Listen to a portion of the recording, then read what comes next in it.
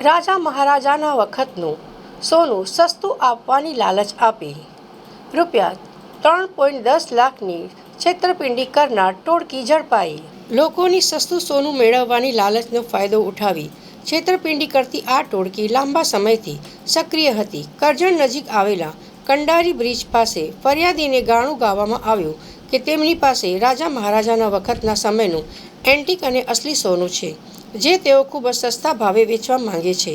આ લાલચમાં આવીને ફરિયાદીએ ₹3.10 લાખના રોકડા ચૂકવી દીધા। જો કે બદલામાં ઠગ ટોળકીએ અસલી સોનાના નામે તદ્દન નકલી અને ખોટા સોનાનો હાર પધરાવી દઈ ત્યાંથી રફુચક્કર થઈ ગઈ હતી। પોતાની સાથે છેતરપિંડી થઈ હોવાનો અહેસાસ થતાં જ ફરિયાદીએ તાત્કાલિક પોલીસનો સંપર્ક કર્યો હતો। વડોદરા ગ્રામ્ય એસઓજીની ટીમે ટેકનિકલ એનાલિસિસ અને હ્યુમન સોર્સિસના આધારે તપાસ તેજ કરી અને આખરે કેલનપુર ફાટક પાસેથી 3 આરોપીઓને દબોચી લીધા હતા। વિજય બારોટ, જેની સામે અગાઉ 4 ગુના નોંધાયેલ છે, ડાયાભાઈ હિમારવાડી, જેની સામે અગાઉ 1 ગુનો નોંધાયેલ છે, અને મનોજ મારવાડી। પોલીસે આ આરોપીઓ પાસેથી ગુનામાં વપરાયેલા 5 મોબાઈલ ફોન અને ₹2.90 લાખની રોકડ રકમ સહિત ₹3.35 લાખનો મુદ્દામાલ રિકવર કર્યો છે।